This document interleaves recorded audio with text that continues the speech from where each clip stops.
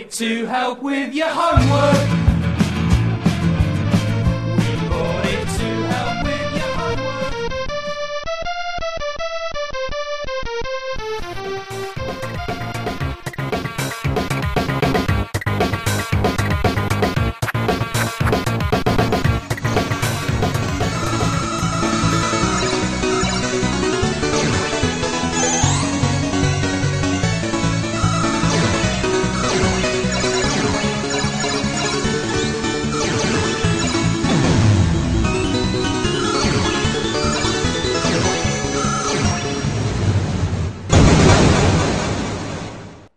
Retrocomputaria, porque velho é o seu PC.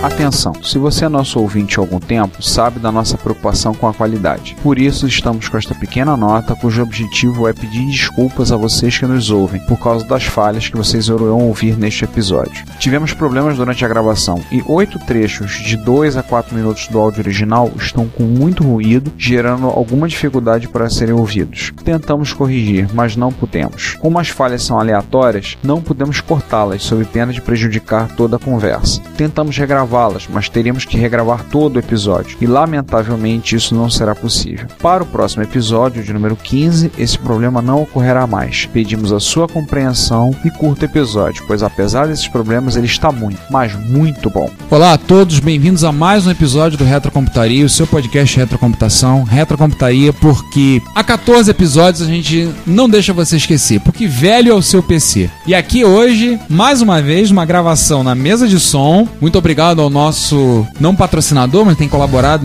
cedendo gentilmente essa mesa, e casa cheia. Então, aqui eu falando, Ricardo Pinheiro, junto comigo, César Cardoso. Bom dia, boa tarde, boa noite. E hoje não só é casa cheia, como é literalmente uma casa. É o nosso Estúdio C. Exatamente, hoje no Estúdio C. Ah, é, o Estúdio J. Boa tarde, boa noite, bom dia, galera. A gente tá aqui no Estúdio J hoje, todo mundo casa cheia de novo. A gente tem de fundo musical aqui, um batidão de macumba que tá uma coisa linda. E fora isso, gente, logo que eu cheguei aqui, eu já fui contaminado. Não sei se vocês perceberam no fundo uma tosse meia chata. Eu fui contaminado, cara. O João tá usando o Windows, eu tô gravando em Windows, peguei um vírus do Windows dele. Ninguém merece. João, se defenda, vai. Olá a todos, aqui é o João Cláudio Fidelis. E não, ele pegou o vírus de outra máquina. Tá vendo? Fica essa promiscuidade de usar vários computadores, várias máquinas e tudo mais, acabou pegando vírus. O meu computador não está resfriado, não pegou dengue. O nosso assunto hoje, nós vamos falar de um assunto fronteiriço, né? Micros que viraram videogames. E vice-versa. E videogames que viraram micros. Exatamente. Primeiro, maldosamente falando, podia botar um subtítulo como Epic Fail 2. O porquê vocês vão saber daqui a pouco. Grandes falhas da humanidade, grandes falhas. De repente não são nem falhas, João. De repente foram lançados na época errada. Entendeu? Eles tinham que ter sido lançados há 10 anos antes deles terem sido lançados, né? Vamos deixar o nosso ouvinte chegar a decidir. agora, acho que primeiro falar a motivação. O que a gente acha? Por que uma empresa vai entrar nessa de transformar, pegar um micro e falar em videogame? Eu acho que qual seria aí? Acho que a gente pode falar um pouquinho antes de entrar de sola nas máquinas. Tem uma teoria montada sobre isso muito interessante, né? Vocês sabem que na década de 80, nós tivemos o grande boom dos videogames. Quando chegou em 87, 88, 90, nós tivemos a depressão completa e total. Não existia nada que concorresse com o Atari e o Atari já estava defasado demais. Não tinha grandes concorrências. É 83 e 84. 83 e 84. É que é o Crash. É o grande crash dos videogames. Crash dos videogames, 83 e 84. Lembra do Tremiel. Ah, é verdade. 83 e 84 nós tivemos o Crash. Isso. A gente já falou no episódio 12, a gente já que não vamos comentar sobre especificamente esse grande Crash, apesar de ter influenciado em muitas coisas do que nos interessam, mas a gente já comentou no episódio 12, do qual, aliás, espero que todo mundo tenha saído sem tomar nenhum soco da briga entre Atari e Commodore. Com certeza, luta cara. digna de George Foreman, Sugar Ray Leonard melhor ainda. e Mike Tyson. Tyson. Tem uma outra questão também, é que a transformação em videogame ajuda também a não apenas aumentar o tempo de vida útil no mercado de um computador, mas também ajuda muitas vezes a desovar estoque. Eu ia chegar nesse ponto. O grande crash abriu uma grande lacuna, claro, que várias empresas tentaram completar e, além de tudo, uma porcaria de um computador que chega ao seu ponto de morte. Pô, cara, quanta peça em estoque eu não tenho? Qual é a maneira melhor de desovar essas peças no mercado? Vira um videogame. Vira um videogame. Ou eu crio uma plataforma nova que, putz, ia ser complicado com um estoque antigo, peças antigas, visto a evolução das coisas, transforma em videogame e vende pra massa. Eu acho que o próprio ouvinte vai acabar tendendo micros que tornaram videogames pra essa situação, pra situação de desovar estoque, e micros que viraram videogames pra aproveitar o momento, enfim, cada empresa... Na verdade, tentativa de virar videogame, né? Porque ficou muito longe. Eu ainda botaria mais uma. O fato de você botar um videogame, você estaria pegando um público que é de diversão, às vezes não quer comprar um micro só pra jogar, e fala, pra que tanto recurso, pra que disc drive, pra que teclado, vai pegar o videogame mais barato com a mesma finalidade que é jogar. Então, você pega um outro público também. Não é vista que desde aquela época da década de 80, começou o videogame a ser um bom negócio. Tem uma outra questão, vai falar nesse episódio, que são dos videogames que viraram micro. Eu vou levantar essa questão, por que ocorre essa motivação do videogame que o fabricante vai lá e cria um micro a partir dele? Tal como nós temos na atualidade clusters feitos com PS3 por causa do poderio do hardware dele e o custo que é graças a ter que vender para massa, a criadora do videogame faz um custo muito baixo para vender a sua plataforma e ganha nos royalties dos jogos. Então você montar um cluster com PS3 com aquele processador pancado que é o Cell Hexacore, tem um cluster extremamente rápido com um custo muito baixo. E aí nesse caso tem uma questão, acho que a questão que o João fala de aproveitar outros públicos também é extremamente importante nesse caso, porque de repente transformando um computador, você pode vender para um público que de certa maneira torceria o nariz para a capacidade do seu computador. Sim. Do seu videogame, aliás. Sim, e eu levaria até um pouquinho mais longe. Não só você leva, já invertendo agora, transformando os computadores em videogames, você não só leva para um público maior aquela tua plataforma de hardware, como o que faz a vida de qualquer computador, qualquer sistema operacional, qualquer videogame ser o que ele é, virar uma lenda ou não virar uma lenda, é o tanto de softwares úteis que ele possui. Nesse caso, jogos. Quando você entra no mercado para concorrer com uma plataforma já existente, qual é o teu maior argumento? Eu tenho tantos jogos quanto ele. Perfeitamente. Um outro detalhe também que eu vou botar assim pra encerrar. Como o César falou, o público que torce o nariz pro computador, porque vamos lembrar ao público, não estamos falando de máquinas que rodam Windows, roda com interface gráfica. Estamos falando de máquinas lá com BASIC, com DOS, com CPM ou nem isso. Se bem que tivemos videogames no passado que rodavam Windows CE, né? Não fala mal do Dreamcast, não. Não tô falando mal do Dreamcast. Dreamcast, Sega, Dreamcast, um abraço pra você. Então vamos começar falando das máquinas? Vamos lá. Vamos. Primeira delas que a gente pode falar foi o Zemix. Zemix, qual é a história?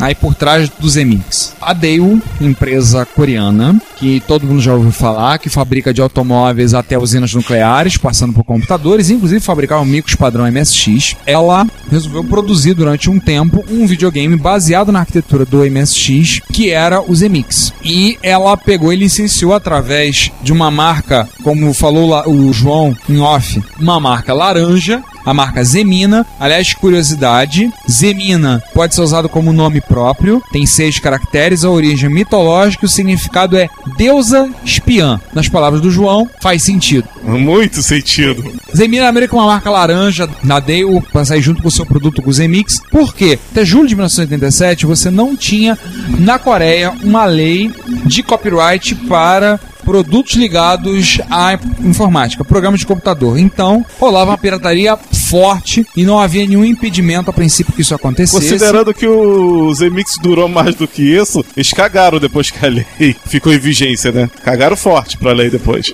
Pois é, e eles venderam muitas cópias piratas, andaram alterando, inclusive hackeando os jogos.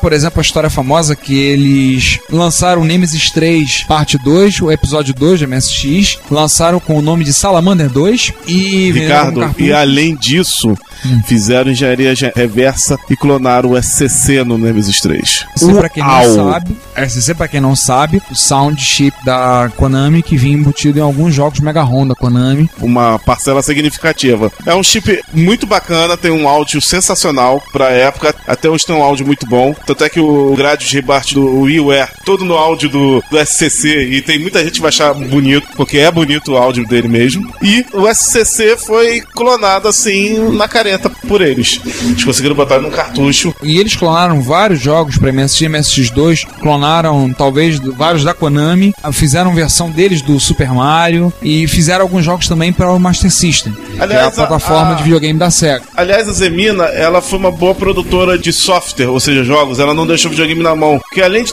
da biblioteca gigante do MSX, eles correram atrás e fizeram jogos exclusivos, jogos que nunca saíram da Coreia e são disputados a tapa para colecionadores. Diversas software houses coreanas fizeram jogos pro ZMix, jogos exclusivos. E que rodavam no MSX perfeitamente, só para lembrar. Principalmente foi uma plataforma, digamos assim, foi a última arquitetura de MSX ainda em produção, porque ela foi produzida de 1985 até 1995. Que absurdo, são 10 anos de produção de um videogame, é muito mais do que a vida útil de qualquer videogame. Então podemos dizer que logo de cara a gente queimou um pouco a língua dizendo do Epic Fail, que o Zemina não foi tão Epic Fail assim, pelo contrário, foi um relativo. Mas o ZMix não saiu da Coreia do Sul. A Derro não lançou o ZMix fora da nave-mãe. Ela não se arriscou. Não. Até porque, por exemplo, no Japão... poderia sobrecair sobre leis de copyright bem duras. Com certeza. Principalmente certo para a Europa. Não, certamente no Japão já investigar e descobrir, né, tipo, qual é da Zemina, e aí a Derro ia... Então o caso dele é muito particular. O que eu acho interessante é que eles correram atrás de software,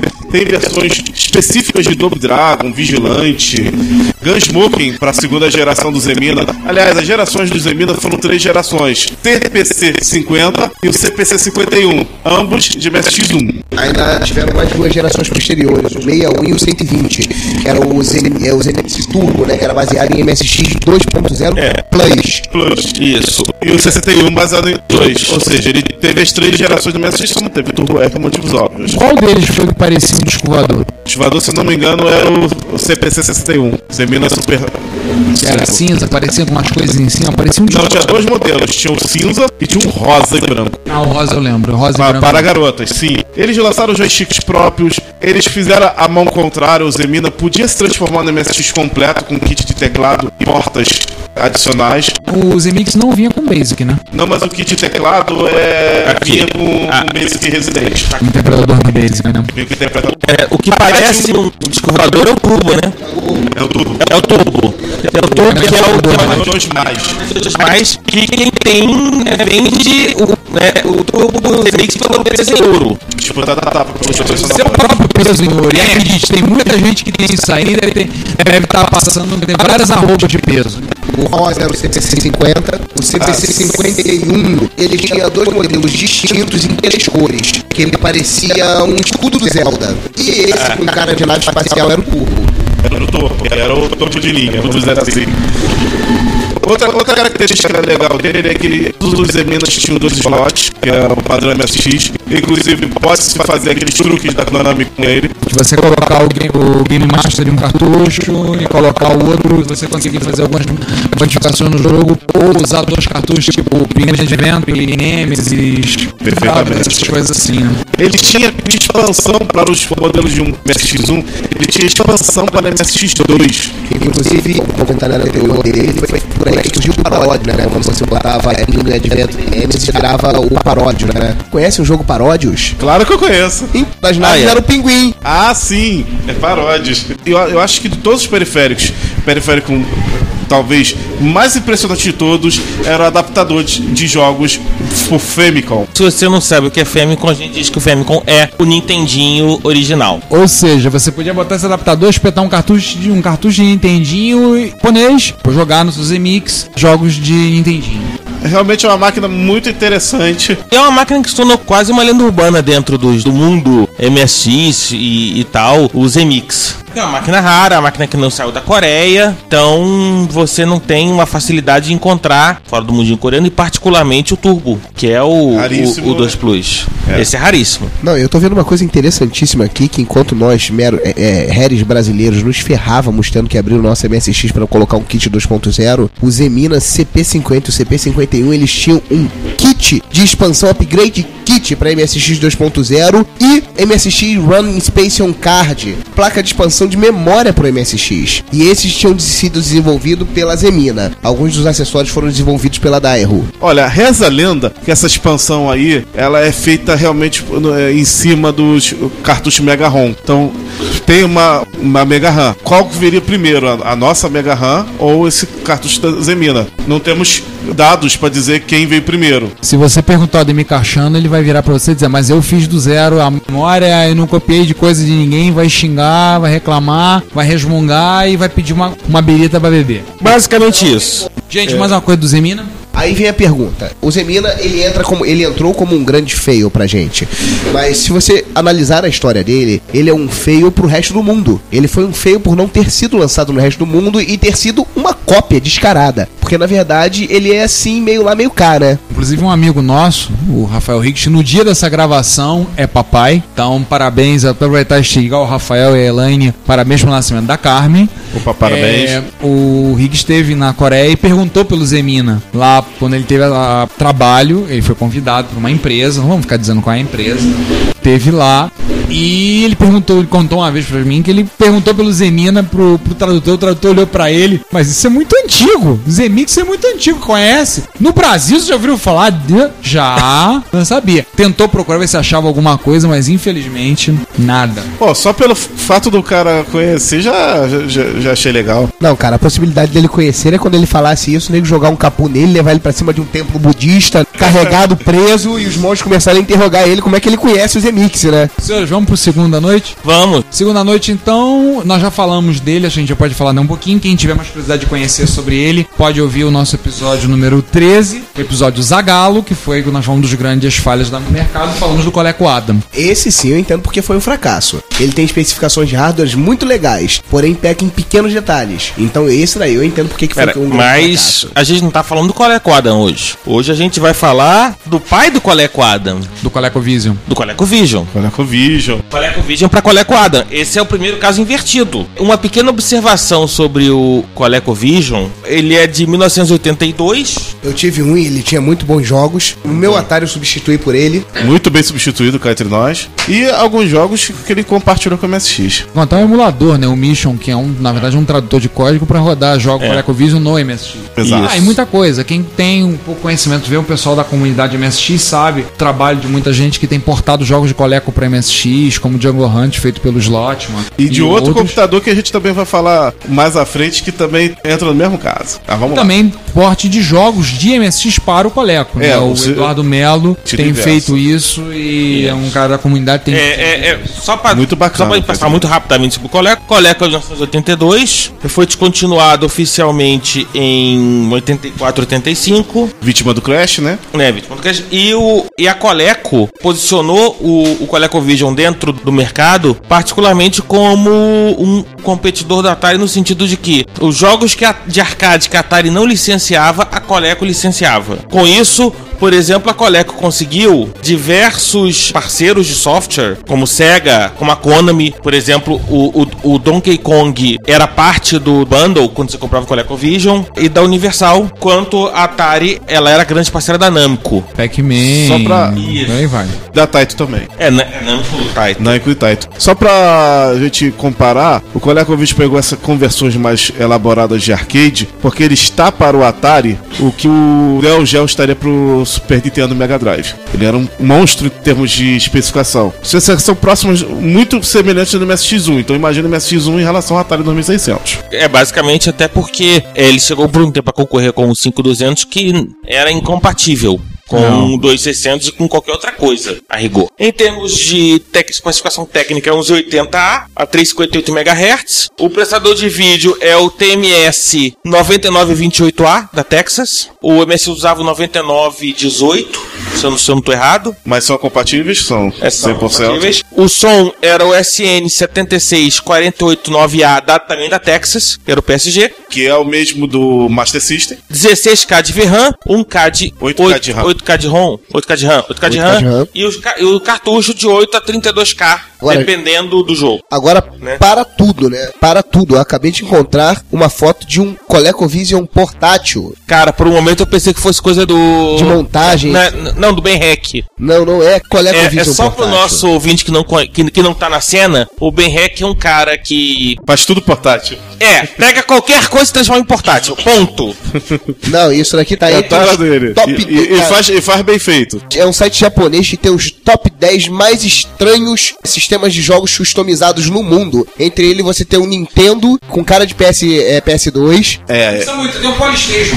Você tem um N-Pod, que é um Game Boy, um clone de Game Boy. Você tem o Sega CD portátil. É o Nomad. E você tem Sega CD portátil. Ele entra CD, malandro. Agora minha cabeça explodiu. Tem um GameCube portátil aqui, no formato de um controle de GameCube. Nossa! Observações sobre o ColecoVision. A primeira expansão que a Coleco lançou tornava o Coleco compatível com o Atari 2600. Ou seja, o mesmo caso do ZMix. A mágica era simples. Bota o hardware todo do outro videogame na expansão. Observa-se também que a Coleco lançou um videogame chamado Gemini. Sim. Que era um clone do Atari 2600. E que foi clonado pela CCE. É o Super Game.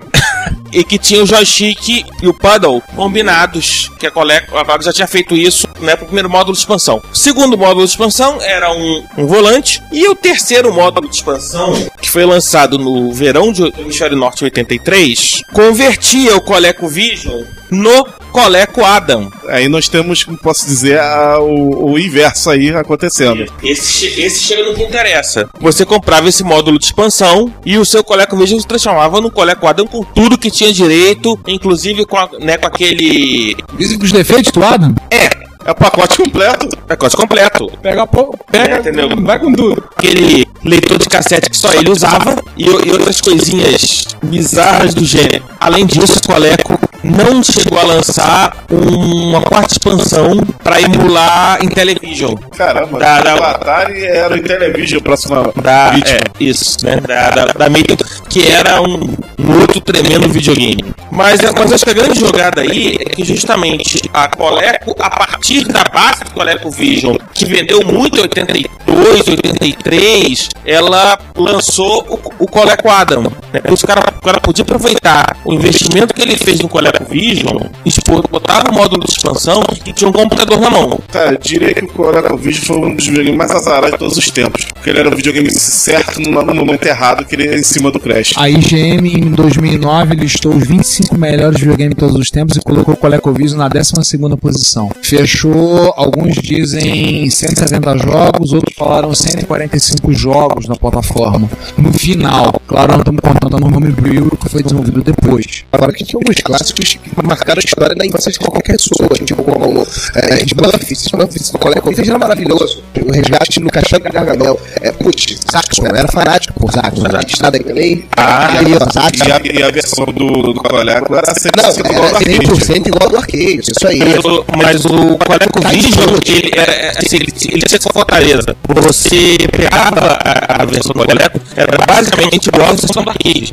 O que ajudava muito, ao contrário da Atari, em que a conversão você perdia a qualidade. Sim, perdia muita qualidade, diga-se de passagem, por causa de restrições de hardware. Enfim, outra observação com relação ao Adam é que a Coleco havia prometido, acho que a gente já comentou no episódio anterior, que a Coleco havia prometido aos donos do ColecoVision que ele teria a possibilidade de fazer o upgrade para um computador. E cumpriu com o módulo de expansão que transformava em Coleco Adam. Isso motivou a Atari a lançar o o teclado para programações Basic. Teclado Basic, que foi o meu primeiro contato com a vida de programação. O meu primeiro contato com qualquer coisa relacionada em microinformática foi com esse teclado, com esse cartucho. Agora, pra fechar, por que não deu certo? Bem, porque o Coleco virava voado.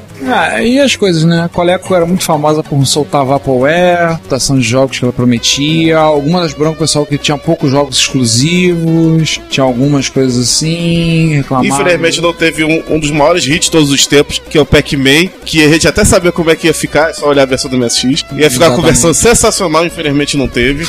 Fora que ele tentou concorrer também em termos de lançamentos, em termos de quantidade de games, com o Atari com o Intellivision. E o grande quê do Coleco não era tentar concorrer, eles entraram com a estratégia errada, eles tinham que concorrer em qualidade, não em quantidade. O ColecoVision tinha capacidade para ter jogos de qualidade. Até porque o ColecoVision era melhor do que a concorrência, era melhor do que o Intellivision e era melhor do que os Atari 2600, 5200. Sim, com certeza. A observação é que, como o cara observou, não haviam muitos jogos exclusivos. E jogos exclusivos em videogame são uma força importante na hora de você vender o seu videogame. Com certeza. Que vídeo que os jogos exclusivos estão aí até hoje, apesar de ser considerado hoje a era dos multis, tem ainda seus exclusivos de cada plataforma. E a Coleco foi vitimada em cheio pelo Crash 84. Ou seja, olha os maus fluidos do Tremial vindo lá. Também porque o Adam, no final das contas, não conseguiu expandir o mercado do ColecoVision e da Coleco como ela esperava. Fora que é o seguinte, o Coleco já era caro, expansão pro Adam era mais cara ainda. Ficava uma coisa meio proibitiva o preço. Acabava valendo mais a pena você comprar um computador. Com o custo dessa expansão toda, você comprava um computadorzinho pessoal que já estavam surgindo excelentes computadores nessa época. Então você comprava um computador não com a mesma capacidade dele, mas por metade do preço. Vamos pro nosso terceiro item. A gente volta pra Ásia agora. Voltamos pra Ásia. A gente faz um time warp agora. Voltando pra Ásia, mas não saindo tanto do assunto assim. Vamos agora pro nosso terceiro ponto. A gente volta pra Ásia, mas continua no assunto. Né, no assunto, que é o Sega SG-1000. Sega Game 1000. Se você acha que a Sega começou fazendo Sonic, fazendo Sonic ou Alex Kidd. Ou Alex Kidd, não. Aliás, nem que ela começou fazendo o Master System. Gente, não foi o primeiro videogame da Sega o Master System. Mas esse videogame tem tudo a ver com o Master, e vocês vão ver por quê. A Sega lançou ele em julho de 83 no Japão, o SG-1000. É um console muito, mas muito semelhante ao ColecoVision. Muito. E o mais irônico, assim, uma coisa engraçada, o SG-1000 foi lançado no mercado japonês no mesmo dia que saiu o Famicom da Nintendo. Exatamente no mesmo dia, mesmo ano. Ele foi feito para concorrer, né? Com o Famicom. Não é pra menos. Mas o que nós estranhamos é que as configurações do SG-1000 são muito similares com a do ColecoVision. Ele usa um clone dos 80, que é um clone da NEC, o 780C, mas é 100% compatível. Memória RAM um pouquinho menor, 2K em vez de 8. VRAM é a mesma, resolução é a mesma, número de cores é a mesma, sprite na tela é o mesmo. Processador de áudio é o mesmo, da Texas também. A rigor, isso, usava um TMS 9928A e o SN 7489. Não era o 89A, era 89. Com certeza era um retrocompatível. Com certeza. Isso é indiscutível. Uma outra observação é que era um clone da NEC e a gente já comentou em outras oportunidades, particularmente dos 1632 bits, que a NEC lançava chips compatíveis. Ela já começa aí, já começa lançando seus clones de chips ocidentais famosos no Japão. Aliás, esse chip também era usado no P78. O NEC 780C? Era usado nas próprias máquinas dela. O SG-1000 tem uma história extremamente interessante. Sim. O SG-1000, ele foi clonado left and right, como diz em inglês. Particularmente, a Telegames lançou um clone na América do Norte chamado Telegames Personal Arcade, que jogava jogos do SG-1000 e jogos do ColecoVision. Já que é muito diferente. As máquinas são muito similares. São primas, né? São primas, podemos dizer assim. E uma observação interessante é o SG-1000 disponível em Taiwan, no mercado secundário de Taiwan. A Sega oficialmente lançou ele no mercado australiano. Australiano e neozelandês. Talvez foi um dos únicos mercados extra. Não, chegou a lançar na Europa. França, Itália, Espanha e África do Sul. É que nunca saiu na América do Norte. Muito menos na América do Sul. Pois Mas enfim. Mas saiu em países da Europa, saiu na África do Sul e saiu na Austrália e na Nova Zelândia. Se você pensar que até hoje a Sony não vê o nosso mercado como um mercado viável para lançamento dos consoles dela, porque o PlayStation 2 e o PlayStation 3 ainda não são oficiais no Brasil. Não, saíram. Saíram sim. Os dois oficiais. O 3 ainda não, cara. Ainda, o 3 oficial. Todos. Até o PSP. Pokémon, hein? Até quem viu. Por que a gente ainda não tem jogos aqui, muito menos localizados, nem a gente Mas tem já PSN? saiu o Killzone 3 em português? Não, em português de Portugal. Eu jogo Não, ele tenho lá traduzido. dublado. Não, dublado em português de Portugal. Ah, é? Olha, gajo, vamos invadir aquela base. Mas é prensado no Brasil, pelo menos. Que não saiu no Brasil ainda foi a PSN, que prometem que esse ano vai. Além disso, né, que em Taiwan o SG-1000 acabou tendo uma força no mercado secundário. Como é que é? Otelo... Também saiu lá o Otelo Multivision, que também lançou um clone de SG-1000. E também tinha esse nome porque aceitava cartucho ColecoVision também. Logo em 84, a SEGA lançou o SG-1002. O que tinha diferente do SG-1002 para o SG-1000 normal? A carcaça era diferente, o conector pro teclado passou a ser na frente e a partir dele que saiu o SC-3000, que é o computador. E aí começa o nosso ponto aqui de convergência.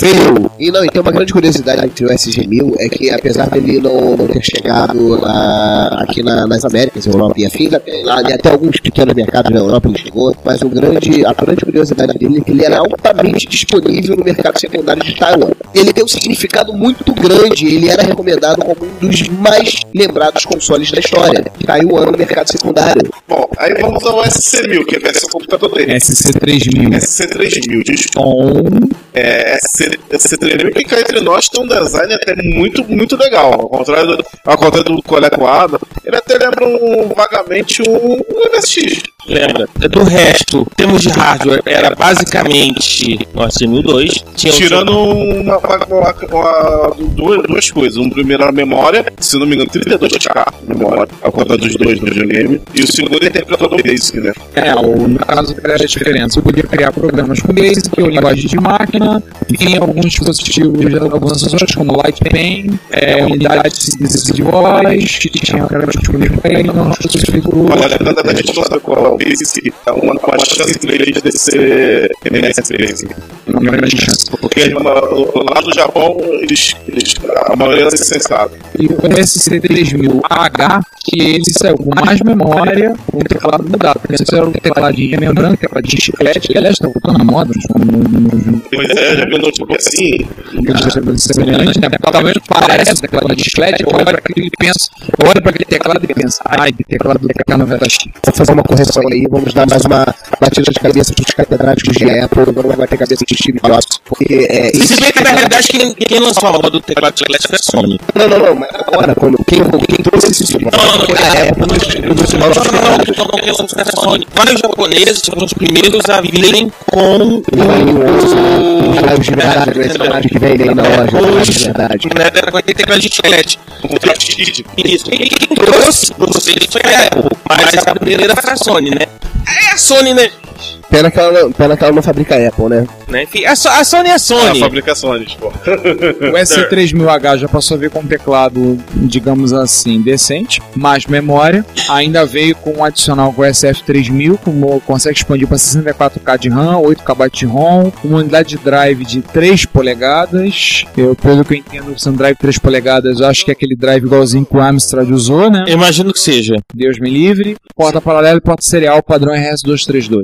Isso. E uma terceira versão do SG-1000, essa a gente vai citar, que é o virou Sega Mark III, o SG-1000 M3, que com umas mudanças, umas plásticas aqui e ali, virou o Sega Master System. Que vocês conhecem, já ouviram falar, e que a Tectoy não deixa morrer. Um abraço pra Tectoy, inclusive.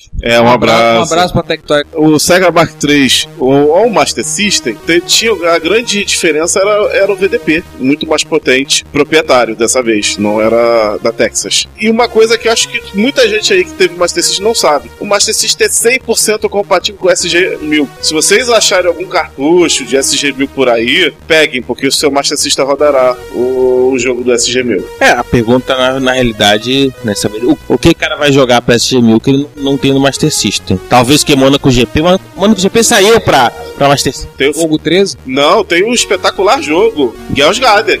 Asgarden. Jardim das Garotas? É, porque esse jogo foi convertido faz um tempo atrás pro MSX. Engraçado, a linguagem deles foi o Sega Base. Do SC1000, SC3000. Aliás, Tanta confusão, né? Aliás, SG, SC que a gente se perde. aliás, o SG-1000 tem um jogo em especial que foi portado depois pro MSX pela própria Sega.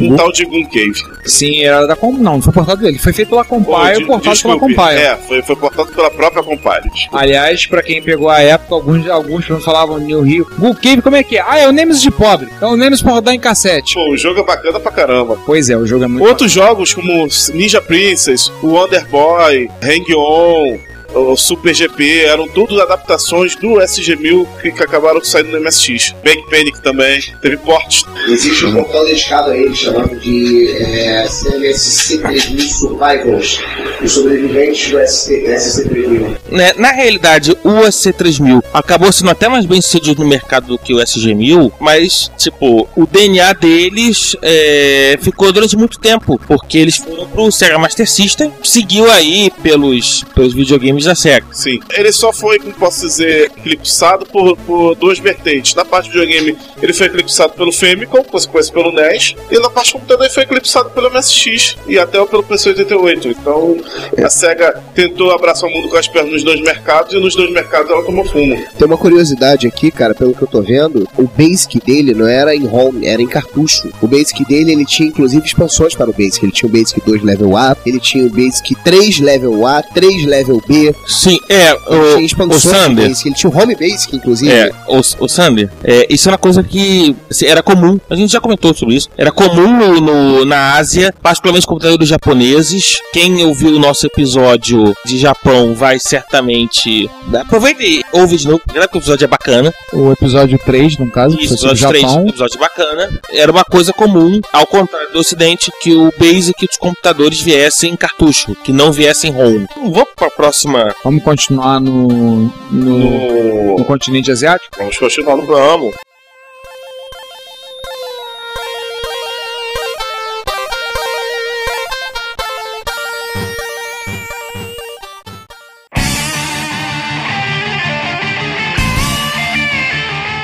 Este ano a Fundação do Câncer completa 20 anos comemorando, mas com muito trabalho pela frente. O câncer já é a segunda causa de morte no Brasil e a primeira em vários países desenvolvidos. A Fundação do Câncer atua junto ao INCA em ações estratégicas como a expansão da rede brasileira de bancos de sangue de cordão umbilical e placentário, o Brasil Cord, que ampliará as chances de um paciente que precisa de transplante de medula óssea encontrar um doador compatível. Também desenvolveu a unidade de tratamento intensivo pediátrico do INCA, o Instituto Nacional do Câncer. É um trabalho muito importante, mas que precisa aumentar. Você pode ajudar através de doações em cartão de crédito ou boleto bancário. A central de atendimento fica no telefone 0 operadora 21 2157 4600. Você pode tirar suas dúvidas pelo site cancer.org.br e siga-os no Twitter FDO Câncer. Fundação do Câncer 20 anos. Com você pela vida.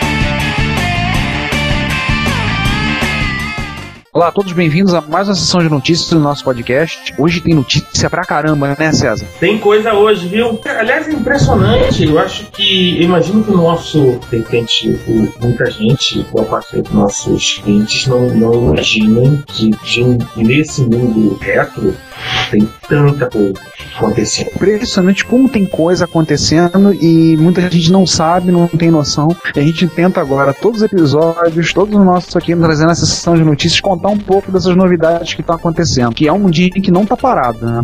Não. Aliás, não só novidades, remédios, né?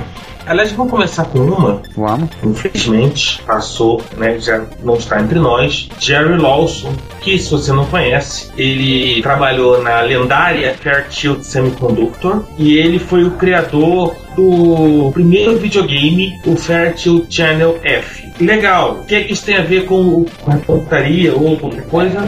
O Fairchild Channel F trouxe o cartucho, nosso amigo cartucho, para o mundo da retrocomputação. Ou seja, ele foi o primeiro videogame, o primeiro equipamento com cartucho, um cartucho onde você tinha software gravado e era carregado. Isso depois foi várias outras plataformas de microcomputadores e videogames até recentemente, até hoje, usam cartucho. E isso é interessantíssimo. Ele faleceu com 70 anos de idade de um ataque cardíaco. E uma curiosidade que eu achei interessante lendo sobre ele é que o Jerry Lawson era um homem negro. Isso numa indústria que ainda é uma indústria fortemente branca, pessoas de pele clara, ele era um homem negro e engenheiro eletrônico e colocou seu ponto na história, construindo uma coisa que hoje em dia todo mundo usa, que é natural. Não é um conceito que todo mundo usa, mas ele que criou.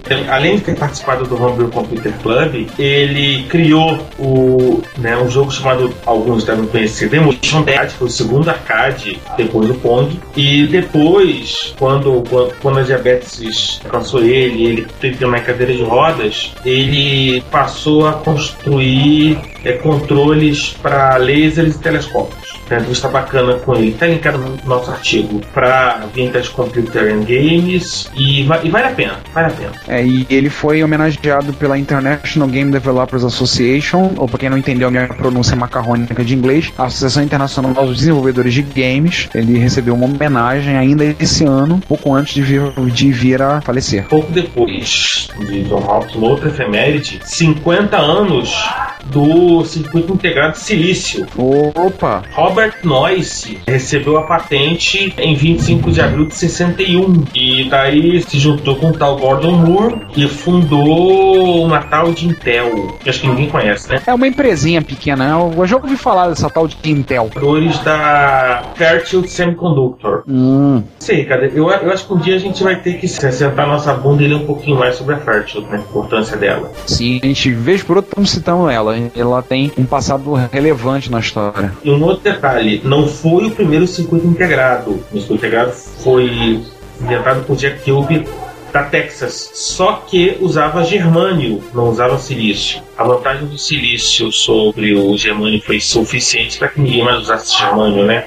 Hoje em dia todo mundo usa silício. Curioso porque eu sempre lembro em livros de história que acho que foi em 1958, 59, que é o circuito do Jack Kilby. Mas o circuito de silício, que é hoje em dia o padrão para a indústria, passados 50 anos, é o que é usado, foi do Noyce, que depois fundou essa pequena empresa de fundo de quintal que nós comentamos aí. Ouvindo um pouquinho mais perto de quando o nosso ouvinte estiver ouvindo essa notícia, ele provavelmente vai ficar chateado, como eu fiquei chateado, como você está chateado, de não estarmos em Wall Township, New Jersey, em 15 de maio, 14 e 15 de maio, no final de semana, para Vintage Computer Festival East 7.0.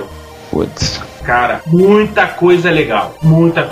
Vale a pena estar a página, tipo, o que o pessoal fez, o que rolou de palestras. Aliás, bom, depois a gente fala de mais encontro, né? Tem mais coisa, mas vamos continuar? Vamos. O pessoal do software livre sabe, surgiu um podcast bem bacana, feito pelo Og Maciel e pelo Evandro Pastor, que é o Castalho Podcast, e eles entrevistaram Queiroz, que com uma tenridade de 16 anos, há 20 anos, mais de 20 anos atrás, fez um jogo chamado Em Busca dos Tesouros. Era um jogo para ZX81, made in Brasil, era baseado na ideia do Pitfall. E eu lembro que esse jogo foi vendido em fita cassete pela revista Microsistemas.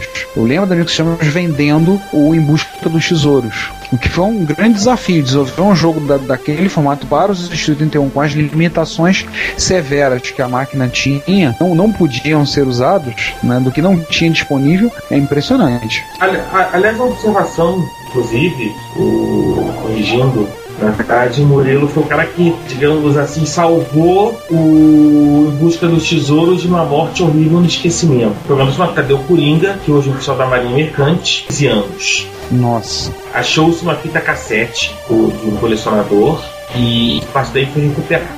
Ou seja, é um trabalho, inclusive, de arqueologia digital. Com certeza. É tenso. Vale muito a pena ouvir. Aliás, vale a pena você ouvir o Castalho, mesmo que você gosta de software livre e de retrocomputação, vale a pena você ouvir o Castalho. O Castalho é muito legal. E um abraço para o Odisseu, um abraço para o Ivan. O Og vai estar agora no Fórum Internacional de Software Livre, número 12. Infelizmente eu não poderei ir. Ele vai estar presente no fórum. E eu sou ouvinte do Castalho, estou gostando muito do podcast e a opção de baixar em Og Vorbis. Então eu baixo ele em Og. Sim, vale a pena, né? E com a dica de podcast a gente toca pra frente. Vocês lembram daquele Apple I que foi leiloado pela Christie's e etc e tal há algum tempo? Lembro? a gente comentou, foi vendido perto mais de $200 mil que pediram naquele Apple I, né? Isso, foi comprado pela Universidade de Turim. Estudantes da Universidade de Turim acordaram o Apple I. Ai, que bacana. Arrumaram, deram um trato no bicho, né? Aliás, foi comprado por um colecionador, né? Corrigindo, não comprou. E esse colecionador entrou em contato com a Universidade de Turim e eles fizeram um trabalho de restauração, né? De limpar os contatos, testar os capacitores, testar o relógio, testar, até chegar ao ponto de pegar um Mac Pro e carregar o programa no Apple I e rodava Hello Polito, que foi na Escola Politécnica de Turim, no Apple I. O engraçado tá vendo isso, o Sander, ele conseguiu, graças à ajuda de um dos curandeiros da comunidade MSX, ele conseguiu levantar de volta à vida o TRS Color dele. Então ele tava fazendo experiências de carregar só pela entrada cassete do CP400, também usando o MacBook Pro. Então ele vinha lá, conseguiu pegar umas fitas digitalizadas, tava fazendo e carregando no CP400. Há pouco tempo tive na casa dele fazendo umas experiências macabras assim para poder carregar e rodar no CP400. Ele estava também usando um MacBook Pro, puxando pelo iTunes, dando play, puxando e capturando e executando. Funciona. Literalmente executando o programa. Bom tempo. Funciona. Gente, funciona há 30 anos. O que não iria funcionar agora? Pois é, né? Já que a gente tá falando de vou continuar na letra A, vamos falar de Acorn. Sim. Vamos falar de RISC-OS, um grande evento, que é o evento os eventos centrais da comunidade RISC-OS, que é o evento de Wakefield. E o que aconteceu, a grande atração foi o chamado, e tudo que aconteceu, tal, software, assim que lá, foi apresentado o Armini, que é um BeagleBoard preparado para rodar RISC-OS. Maneiro, hein? Eu tô vendo uma foto dele aqui, parece um CD-ROM externo meio grande, né? Tô vendo a configuração, um Cortex A8. Isso, que é o BeagleBoard, Cortex A8, 512 de memória, 6 USBs externas, 4 USBs internas, SD e memory stick, saída HDMI e DVI. Conseguindo ver resolução até Full HD, né? Sem base T, é um flash interno, vindo com o RISC-OS 5.17. Custa 599 libras. Não é nada barato, mas tem que observar também que não é feito na Foxconn. Essa aí provavelmente é feito numa escala muito menor. É aquele trabalho quase artesanal, né? Algo que ocorre muito nos projetos de retrocomputing. Você não tem mais uma empresa grande produzindo. Aí tem gente que reclama, já ouvi várias vezes, ouvi gente choramingando que as coisas estão caras, que não sei o que, estão cobrando caro, mas não tem jeito, não tem escala de produção. O público a atingir é muito menor. Então, não tem jeito. O produto acaba, infelizmente, sendo mais caro. E escala tem pra tudo. Tem pra PIN, tem pra camiseta, tem pra placa, tem pra micro, pra carro, tudo. É escala de produção. Então não tem muito que choramingar, né? E aquele negócio, você tá falando de um BeagleBoard que te dá o dobro da velocidade do Unix. Sim. Se não me falha a memória, o Unix usava ARM11, enquanto o Armini usa Cortex A8, que é um degrau tecnológico da família ARM acima. Aliás, nessa passagem a ARM é que tá ficando popular, né? Tá cada vez mais falada aí nos meios, né? Aliás, tá ficando popular não, né? A ARM é popular. Mais uma vez, as pessoas rodam ARM sem saber. Você tem um iPhone, você tem um Android, você tem um Symbian, você tem os Samsung mais novos, mais sofisticados no Android, tá? Windows Mobile, Windows Phone, iPad, Zoom, enfim. Digo assim, BlackBerry, tudo roda. É que não é uma coisa do tipo, não é um computador como as pessoas conhecem, né? Tá ficando popular, tá ficando mais conhecido. Eu passei por essa experiência recentemente explicando sobre arquitetura de processadores para 2 jovens que trabalham muito próximo a mim num dos meus empregos, e eu tava falando com eles falaram, mas onde é que tem esse ARM, meu velho? No teu celular, no meu celular, tudo isso tem ARM. E isso é processador popular, meu chapa, só que você não conhece ele. Ele tá aí dentro. E realmente tá popular, né? Mas conhece. Até nem videogame. É hoje a arquitetura provavelmente mais popular do mundo, embora não tenha o glamour e as pessoas discutirem como é como Intel, como é AMD, ou mesmo outras arquiteturas, Sun e daí pra cima. Não tem a penetração, talvez já. Aí eu não sei, mas também eu me lembro muito do Z80 nessas horas. A gente fala do alcance do Z80. Mas a gente vai ter um episódio especial no futuro sobre o Z80, do processador da Zilog. Então a gente vai detalhar, vai trabalhar isso melhor mais à frente. E já que a gente falou em Intel, vamos colocar um videozinho pro nosso ouvinte. A Commodore USA colocou um vídeo falando da pré-produção do Commodore 64. Nós falamos um bocado do Commodore 64 agora no último episódio, né? Nas últimas sessões de notícias. É um videozinho interessante. Dê uma olhada no vídeo sobre o processo, né? Isso. Então, pois tudo, o molde do plástico, como é que tá sendo.